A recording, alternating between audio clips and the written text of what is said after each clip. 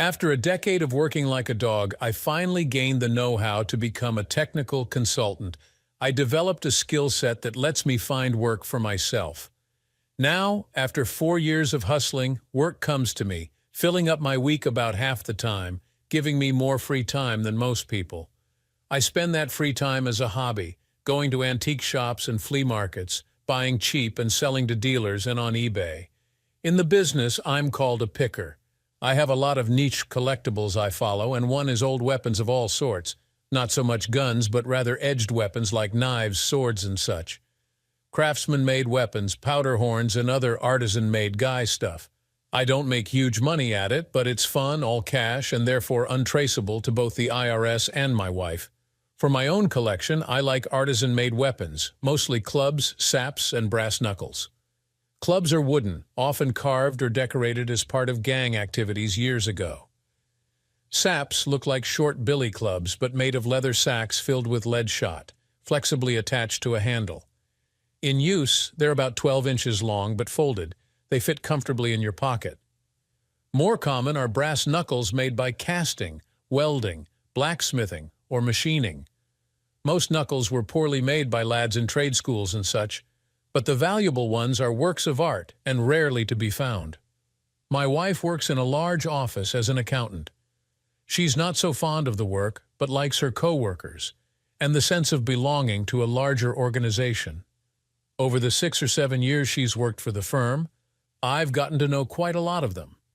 As with all women, she has some good friends, Denise and Fiona, and suppertime conversation usually revolves around them and a wider circle of acquaintances, often settling on management's usually idiotic edicts.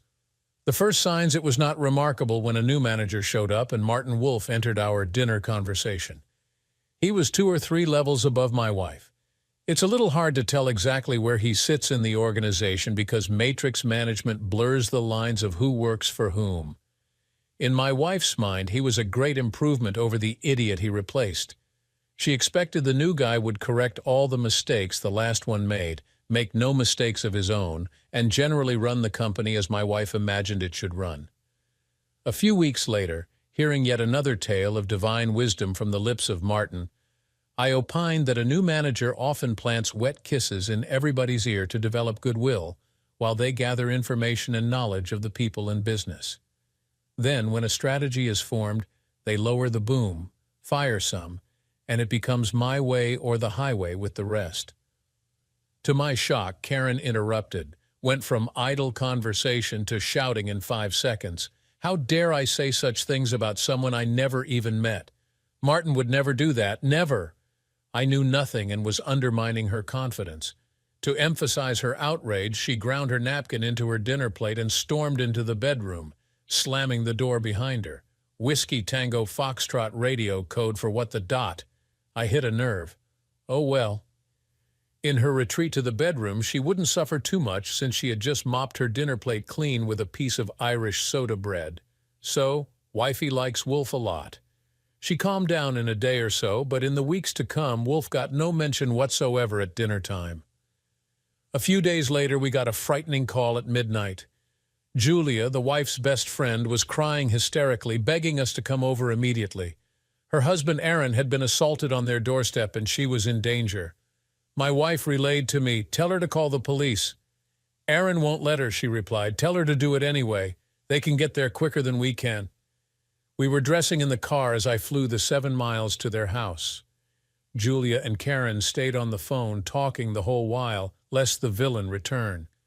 As we pulled into their driveway, Karen jumped out the door before the car stopped and damn near took the car door off as the car was stopping faster than she could. Aaron worked the second shift, got home at 11:30 as always, walked up to his back door when somebody jumped him and worked him over with a club or a bat. He was in agony, but insisted no police, no hospital. Listening to him, he was hit in the balls and his ribs with some broken bones on both sides, although we wouldn't know for sure until he was x-rayed and examined. When we gave him some water, I saw the groove on his finger where his wedding ring had been. He screamed in pain when we tried to move him, so he was hurt bad. I told him and the girls that for sure he had broken ribs, so avoiding the hospital was not an option. Broken ribs, besides being painful, can puncture a lung. The women went off to call an ambulance, and I leaned down and whispered, "Did you take your wedding ring off, or did your assailant? He robbed me right and left. A good watch on the same hand, but your wallet is in your pocket. Look, the guy that did this may do worse to his wife. I might have time to warn her before he gets her too. Who is she?" "Chris, I didn't see who it was." "Right, but again, he might very well kill the woman you've been seeing. Either you tell me in confidence, or I'll tell your wife. Let's not waste time." "Chris, I don't know who did this." "Oh well, everybody has the right to remain silent." I said nothing more while we waited for the ambulance. He told us all an improbably simple tale. Walking up to the door, he thought he got hit with a taser and fell soundlessly to the ground, paralyzed. His balls were bludgeoned, and then his ribs. He claimed he had no idea who would want to do that. Right? The women went with him to the hospital. I stayed home to protect his 14-year-old boy, Tim, and their 13-year-old. They named Carl. Oh well, at least they weren't from New Jersey, naming the kids Bergen and Hoboken. The boys went back to bed, assured that Dad would be okay. The women, coming back at 3 a.m., woke me up in the chair I was sleeping in. Aaron was staying overnight for observation and would be okay, but in serious pain, and they still had no idea who did it. I can narrow it down to 3 people, a chorus of, "How do you know who? What did Aaron tell you? Aaron told us all his story, and he's sticking to it, but look at the facts. First, it happened at 11:30 p.m. in his own yard. Zero crime around here, so it wasn't random. His assailant knew him, knew his schedule, planned the job, so they must have had a motive as well. No question, Aaron was the target. Second, the hit to the balls was an attack on him sexually, suggesting someone didn't like his genitals or what he was doing with them. Third, they took his wedding ring but left his watch and wallet, so it wasn't money they were after. Back to their notion that he didn't deserve to be married. It says to me he got punished for adultery. Oh, Chris, I really can't. There's no proof, but such things happen, Julia. Moving right along, the possible suspects are your sons, either Tim or Carl. One of them could have found evidence of what his dad had been doing. They might think they were protecting Mom's honor. The taser could be stolen from a friend's house. Or it could be you, Julia. Same motive. You punished him anonymously so you wouldn't have to confront his infidelity, divorce, and such. Chris, those are ridiculous. He's not screwing around on me. I didn't beat him up, and certainly not the boys. He probably isn't true. But I'm only pointing out both you and the boys had motive, means, and opportunity to do it. Most likely it's the husband of the woman he's been screwing. What I'm really afraid of is if the husband did this to him, the guy's wife may be in real danger. That's what I told Aaron, but he played dumb. Julia was near to tears. I can't believe it. He wouldn't. Of course, I don't know that he was unfaithful to you, but it's the most likely possibility. He denied it to me, but if it's true somewhere, a woman may be battered and even killed. If he had told me who, I might have been able to warn her, but it's too late now. On the way home, Karen asked, would most men go after both the errant wife and her lover? Don't know about most men, but I tell you truly, if you screwed around on me, no question, I'm going after the guy like whoever got Aaron. I wouldn't kill them, but for damn sure they would feel the damage I'd inflict to the end of their days. Some men would attack their wife, but I personally wouldn't hit you or any woman for that matter. But I'd throw your ass out the door and make the divorce as miserable for you as I could. Why, were you thinking of getting a little strange? No, of course not. I was thinking of Julia and Aaron. Our lives returned to normal. Aaron's agony had nothing to do with us. One evening I asked, so how's Martin Wolf doing these days? Do you have much to do with him? Does he sit with you guys at lunch or anything? Since you so dislike Martin, I have chosen not to upset you by talking about him. Does that make you happy? No, it does not, and I'm glad you brought up the subject. For starters, it was you that got upset and had a fit, running to our room and leaving me with the dishes. I think we can assume he means much more to you than to me, and you're also correct that I've never met him. Secondly, as I recall the conversation some weeks ago, I was not accusing Martin of anything. I was mentioning my personal experience with new managers. My greatest concern here is your attitude. Hiding from me what goes on between you and Martin suggests there is a reason why you feel the need to hide your interactions with him. Of course, I'm intending the benign meaning of the word. Jesus, I'm not him. How dare you accuse me of that? Interactions in the sense of conversation or legitimate business. I admit I use the word to be provocative. A marriage is built on trust. I hold you to the same standards as I hold myself. You know my passwords. You see my telephone records. I have no secrets. I'm where I said I would be, doing what I said I would be doing, with whoever I said I was with, and always available by phone because I am not hiding anything. I expect the same from you. See, Chris, there you go again. Now you're accusing me of cheating. Keep this up and it might just happen. Let me tell you, you are not going to treat me this way. Karen, get off your high horse and have an honest discussion here. I have neither accused you nor suggested that you were cheating. The point I'm trying to make is that we have to tell each other the truth. Otherwise, little lies build up into big lies, and someday we find that lies are the stuff our marriage is built on. And by truth, I mean the whole truth. If you ask me who I went out to dinner with at the office, and I tell you Joey was with me, but don't mention the 2 women we met at the bar, then I have lied to you by omission. I deliberately misled you. If you later find out I lied about the supper, you might reasonably assume I lied to you to avoid more questions as to who these women were, and if I, God forbid, slept with one or both of them. Do you agree? I see no reason why I have to ask permission or even tell you who I see and what we talk about. You're being controlling and unreasonable here. It's only business. They're people I have to go out to lunch with, live with it. Keep this up, and our marriage is in trouble. No, you don't have to ask permission. You just need to mention it later. Geez, if we didn't talk about people we interacted with at work, what the hell would we talk about? Our marriage is in trouble right now. Married people do not put themselves in positions where there is doubt as to their fidelity. I need to hear it from you first. There is no reason to not mention before or after the fact who you lunch with and in general what you talked about, particularly when it's one-on-one with a man.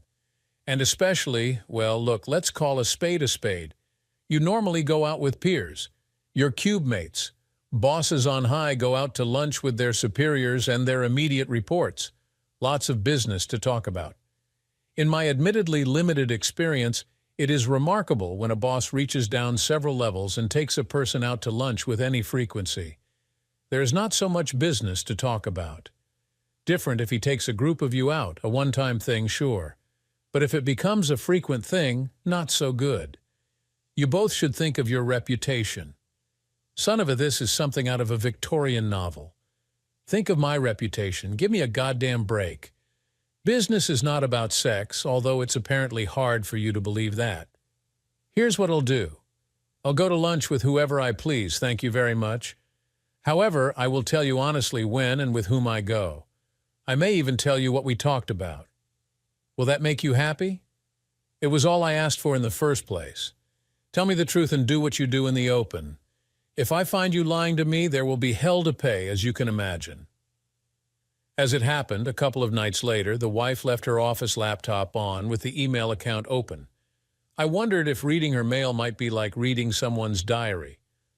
I rationalized that email is meant to be read by someone, although not me, so I read to my heart's content. It seems she and Martin were taking long lunches about once a week. Nothing to say it was improper, but Thursday was usually the day. I would be ready when the rubber hit the road. Their lunch spot was the Oakwood Hotel, nicknamed the Oak by locals before it was rehabbed. Like the proverbial lurking husband, I was in the lobby wearing a fake beard, a black suit my dad gave me, a muted tie, and, now don't laugh, added some tapered strips of black plastic to my eyeglass frames to make them look different. I also wore a fedora I bought at a junk store. I figured my wife wouldn't spot me unless she looked closely, and then, why would she? Oh, and I had a sap in my pocket. Figured I might as well try it out if my fears were realized. I was reading a newspaper when they came in holding hands. I had scoped out the bar and restaurant. The bar was very open and uninviting for secrets, so the restaurant was a better bet for seduction. Neither of them went to the hotel counter, so if anything was indeed on for the afternoon, he was already registered. I had a sandwich in the bar, as otherwise I'd look odd hanging around. I checked on them once during the meal. No messy kisses, just hand-holding above the table. Karen was obviously fascinated by Bozo. Her face had a slight flush and all smiles and laughter. I finished my lunch and went back to the lobby and read my paper. I was so engrossed in an article that if Karen hadn't laughed as she waited for the elevator, I would have missed them. As it was, they were standing with arms around each other in front of the elevator as the doors were opening. I went across the lobby as quickly as I could, planning to beat the crap out of him the moment the elevator doors closed. They paused to let some woman off the elevator, and I swept inside, beside and slightly behind them. He had his arm around her as he ushered my wife into the elevator. I was right behind her, just inches away. Of course, he saw me, but he had no idea who I was. We didn't make eye contact, so I doubt if he would have recognized me out of costume. I was prepared for a god-awful fight right there with loud howling and screams. What happened? Well, you could barely have choreographed it for a movie. Fortunately, my wife was all charged up thinking of her soon-to-be-filled glory hole, so she didn't even notice me getting into the elevator. He pivoted her around him so they both faced the door, and I easily stepped to the back wall behind them, keeping directly behind her. He hit 5 on the elevator panel and glanced at me. I held up 10 fingers. He hit 10 on the keypad. Karen was gushing about how exciting this was. He was trying to shush her. I got out my sap. He was a lot shorter than me. I think Karen was taller than him. Didn't seem fair what I was going to do. It wasn't even going to be a fair fight. I wasn't trying to prove I was the better man. I just wanted to pound the crap out of him. His hand reached down and grabbed the cheek of her ass. I stifled the impulse to nail him then and there. Now I realized that the elevator was very small. I was thinking maybe the hallway would be better for the attack. More room to maneuver, you know. As soon as the door started to open, I reached across and hit the door close button. They started out the door, her racing ahead, talking about pissing. I saw my chance and swung the sap, hitting him hard in the back of his head. It made no great noise and dropped him like a stone. Couldn't have done better if I had practiced. I half caught him as he collapsed and dragged him 2 steps back into the elevator just as the door closed, while my wife continued to babble about last one in the room and such nonsense. Bozo was out cold, lying on his back, his pants tented out a bit by a still stiff tool. A grim joy was upon me. 2 hard kicks to crush his balls, a 3rd kick to his pecker. As we passed the 6th floor, I pressed the button for floors 7, 8, and 9, as well as 11, 12, and 14. Hotels are superstitious about 13, so most don't have a 13th floor. I used the sap to hit his face a few times, taking out teeth and mashing his nose, and used his shirt to wipe the blood off it before I stuck it in my pocket. I straightened my tie, picked up my briefcase, and stood patiently for the door to open at the next floor. I was surprised that I felt no remorse for what I had done. I'm a civilized man, never struck anyone with intent to harm, and I suppose because I felt so justified, I felt no revulsion. A couple of times the elevator doors opened at the upper floors. I panicked a bit for fear that someone would see what was happening and sound the alarm. When the door opened on the 8th floor, I was done with him, so I stepped out and let him continue his ascent. I hit the down button in a hurry to get the hell out of there. I would have done what I did even if my arrest was certain, but I had no intention of becoming a martyr. I was beset by tremors, shivering with adrenaline every 15 to 20 seconds, and the hardest thing was to wait outwardly calm for the elevator. The other elevator stopped for me as the floor indicator showed Bozo was at the 12th floor and rising. I stepped in and glided non-stop to the lobby. It was at this point that I realized I just might get away with this. Looking at the floor indicator as I walked out, Bozo was coming down, passing the 11th floor. I didn't look back again as I walked through the bar and out the side door of the hotel.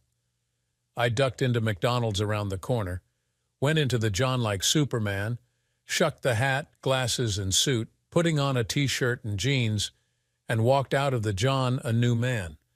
A quick walk 3 blocks to my car, and I drove home. I pried my beard off in the car and threw it away. After all, I committed a crime. I was sorely tempted to cut and run, pack a couple of suitcases and a big trash bag with my winter clothing, put them in my car and leave. Oddly, I hadn't really planned for the aftermath, other than her pleading for me to stay. Driving along, I thought about it and realized that I had really done nothing wrong. Beating the crap out of Wolf was only simple justice. Why should I be the one to further disrupt my life, move out, and find a new place to live? Besides, her mom lived across town, so it would be no great inconvenience for her to go there. So, to help her when I got home, I packed her into 2 suitcases with 3 trash bags for the bulky stuff, put them in the hall, and ordered pizza delivered. I canceled our credit cards using what little savings we had to pay them off. I opened a very good bottle of wine Karen had been saving for 2 years, waiting for a special occasion, which this certainly was. Had 3 glasses of it and felt much better. In fact, I was looking forward to the coming confrontation. Karen's story Jonathan was in many ways an excellent dalliance for her. He lived in New York City, so he wasn't around much and wouldn't become a bother. Plus, he was a marketing consultant for her company, so they could talk and email without danger of her husband intercepting their communications. They were in phone contact daily anyway, and every couple of weeks or so, he came to their office for a day or two. He was slightly shorter than her, but very solidly built with a sparkling laugh. He had that fresh scrubbed look, groomed impeccably. A bit of a head-turner he was. They had been flirting harmlessly for weeks and were in her cubicle analyzing a proposal her department made for business that was awarded to others. He was leaning over her shoulder as she was paging through the proposal on her computer, realizing with embarrassment just how bad, in the light of her new training, the thing was. She was wearing a blouse that was a bit low-cut for office wear, so when she glanced up, she saw he was staring at her tits and seeing more than she intended to display. "You nasty man, stop that!" She kept her voice down. He leaned down, his lips brushing her ear, making her shiver as he whispered, "Undo one more button for me." She paused, clutching her blouse to her breastbone. This was past flirting. No, not flirting at all. She knew what would happen if she did this. "Please," he added. She released her clutched blouse, made her decision, and with awkward fingertips undid one button. Green light meant go. He leaned over her, pointed to one corner of the computer screen, and said, "Show me what's down there."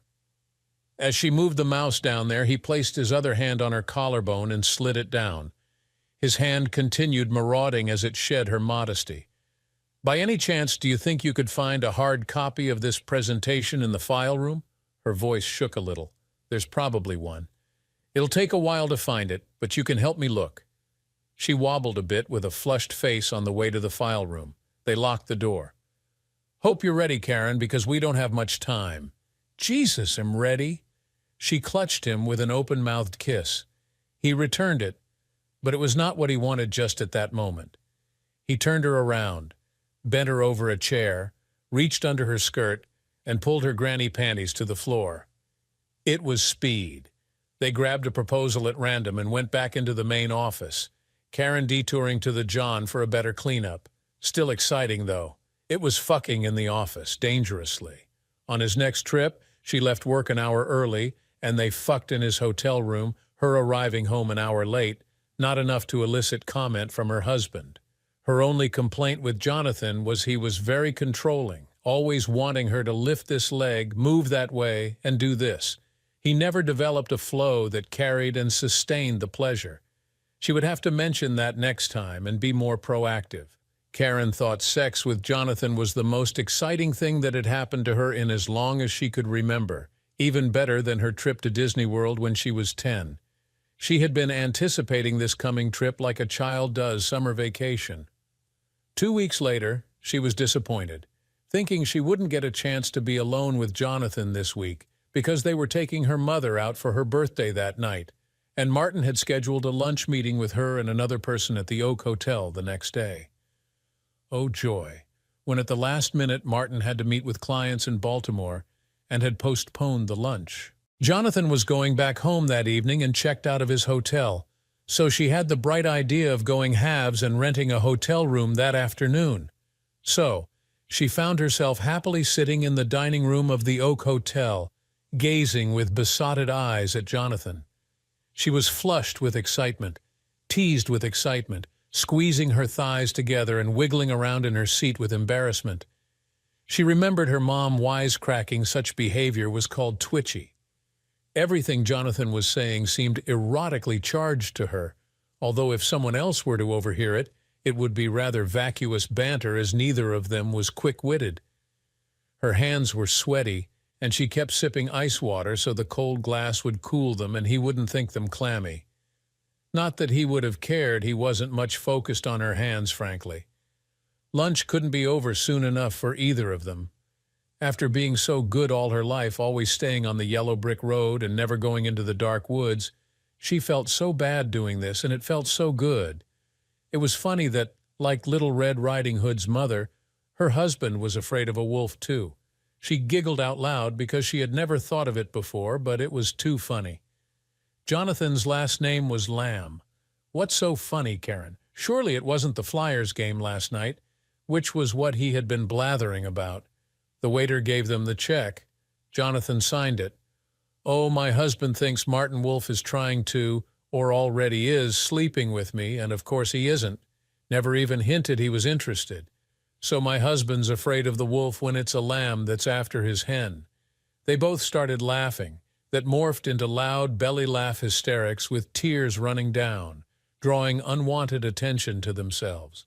All that ice water had filled Karen's bladder, and she laughed to the point just short of peeing herself.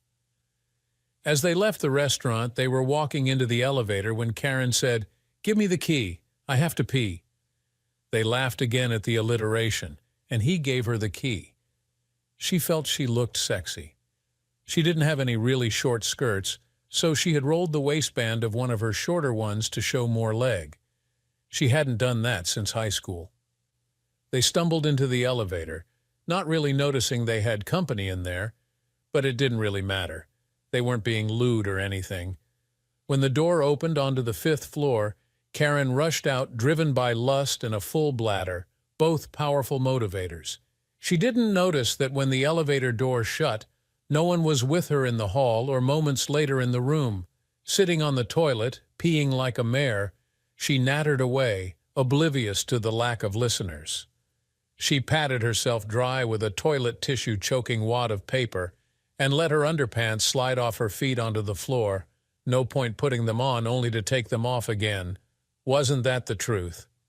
She giggled out loud, now aware of the silence. She came into the room unbuttoning her blouse and called, "Jonathan, where are you?" Clearly not in the room. She clutched her blouse closed, opened the door, and carefully peered around it, looking into the hall. Not there either. She closed the door, wondering what had happened to him, and concluded he must have forgotten what room they were in. It didn't make a lot of sense to think this, but then lust drives out sense every time. Resolute for the moment, she sat on the bed and waited. Anxious to do something, she stood up, buttoned her blouse, and went into the hall, planning to go down to the lobby, figuring that if she had the key, he would have had to ask the desk what room he was in. The end is near. She heard an elevator going down just before she hit the down button, so she just missed that one. She jabbed the button twice, as if that would speed things up. It seemed to take forever, but when the other elevator finally arrived, the door jerked open, and she screamed as Jonathan was sprawled on the floor, loosely lying in a fetal position, a pool of blood forming from his broken nose and shattered mouth. She was horrified, panicked, hyperventilating. The door started to close on its macabre rider, which ended her paralysis. She jumped into the elevator to see what she could do, causing the doors to bang back open each time they hit her ass. She felt some relief when Jonathan moaned and moved a little. He was alive, at least for now. She jabbed the door close button and the lobby button compulsively. Maddeningly, the damn elevator seemed so slow as it descended to the lobby floor. When the doors opened, she screamed and hollered for help, and without waiting for help to arrive, bent over, grabbed him under his arms, and gave a mighty tug, lifting what she could and dragging the rest of him half out of the elevator. He screamed in agony as his broken rib shifted, and she began shrieking in pain when her back went out and her muscles spasmed. She cried out in agony, dropping Jonathan, his head making a thunk as it hit the terrazzo floor. She steadied herself, clutching the arm of a chair, unable to straighten up at all. The elevator door was closing on Jonathan's waist, but he was unconscious. Their screams and yelling had gotten the attention they deserved, as two maids from the laundry and the desk clerk came running. The door jamb bell began ringing in the elevator, adding to the commotion. Seeing the queer hunchback woman shrieking over her bloody victim, they kept a safe distance and called the manager while the elevator doors marked time, opening, closing, banging on Jonathan, bell ringing to call yet more attention, if that was possible. Karen was hunched over, her upper body parallel to the floor, her head cranked sideways, looking up at everybody as she hollered incoherently about lambs and doctors and wolves and doing something. The manager, who knew a nutter when he saw one, took one look and called the police and an ambulance in that order. He sent the desk man to get the elevator key and the maid to keep the curiosity seekers the commotion had attracted at a distance. It had a calming effect when they locked the elevator, which stopped the door rattling and bell ringing. Karen was mortally embarrassed to be caught in a hotel with her lover and realized it was likely that her reason for being there would come out, and once out, might somehow get back to Chris. If she had been able to walk, she would have done so and left Jonathan to his fate. Such a compromising situation became more so when the ambulance came and they found no knife or gunshot wounds, which raised the question of what happened to him. She wanted to know too, of course, but a police investigation might turn up things best left buried. Jonathan's injuries, while painful, probably weren't life-threatening but certainly needed professional attention. At the hospital, she wasn't kin as far as they could determine, so her request to ride in the ambulance was denied. She could go nowhere. The police questioned her. Had he been shot or something, the police would have had things to look for that would have had nothing to do with her, but as that was not the case, this was the worst case. The scene piqued their curiosity, and they wanted to get to the bottom of it because their job was often boring, and this was interesting. She had no choice but to tell the police what little she knew about the events that had swirled around her. And of course, she had to fess up to why she and Jonathan were there in the first place. The officer was very professional and quite neutral towards her, but she could see she had dropped noticeably in his respect for her. "Mrs. Ryan, do you have any idea who might have assaulted Mr. Lamb? Did you see anyone you recognized in the hotel?" "Well, no, I think I've seen the desk clerk before, but no one I know. And there is no one you suspect might have had a motive to assault Mr. Lamb?" "Of course not. He only comes to Philly a couple of times a month. He doesn't even know hardly anyone." "Are you and your husband on good terms? What are you implying? Just asking a question." "Yes, of course we are." "Where do you think he is this afternoon?" "I don't know. He works from home and comes and goes. He certainly had no idea that—" "I'm sorry, I said that wrong. This was a business lunch and not something that would come to his attention." "Right then. Well, interview the staff and check surveillance cameras. But if Mr. Lamb wishes us to pursue this further, he should file a complaint as soon as he is able. Jonathan's car was down the street, but she didn't have the key and couldn't drive it in her condition. The Kopak wife had cheated on him, so he wasn't going to offer to drive her either. It was the hotel manager, eager to get rid of her, who offered her the choice of a taxi or another ambulance. She took the taxi option. It arrived in moments. The taxi driver held one arm and the manager the other as she hobbled painfully to the curb. Still bent over parallel to the ground, faced with the open door to the taxi, she realized that with her back locked, she couldn't sit on the seat. She had no choice but to very slowly crawl in and ride on all fours to the hospital. She needed the men to lift first one leg, then the other, so she could ease herself onto the seat on her hands and knees. The two men behind her were giggling at some goddamn thing instead of sticking to the business at hand. When the driver finally pulled into traffic, the jolts were agony.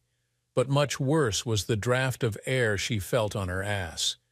She carefully reached around and discovered that her dress, which she had rolled to shorten earlier, apparently had ridden up higher still, and with her panties on the hotel room floor, the cop, the driver, and good knows who had a good look at her naked ass. The men helping her cell phone cameras must have clicked. The realization of this was yet another humiliation. She started to cry. When they stopped at a light, she supposed she was mooning the folks on the sidewalk. It was the end. She sobbed at the unfairness that this afternoon, which had started with such joy, was ending up so miserably. It simply wasn't right. She thought briefly about calling the office, but realized that perhaps the less said there, the better. Jonathan wasn't going to report this, but that didn't change the fact that he was seriously beaten up, and she could think of no reasonable way it could have happened in the hotel. He had been right behind her in the hall, and it was like he was beamed aboard some spaceship, battered and tortured, and then beamed down into the elevator. No wonder people believe in UFOs. It's impossible, but what the hell other explanation was there? No doubt Chris would have figured it out, but God save her if he ever found out. Alien abduction would certainly not fly with him.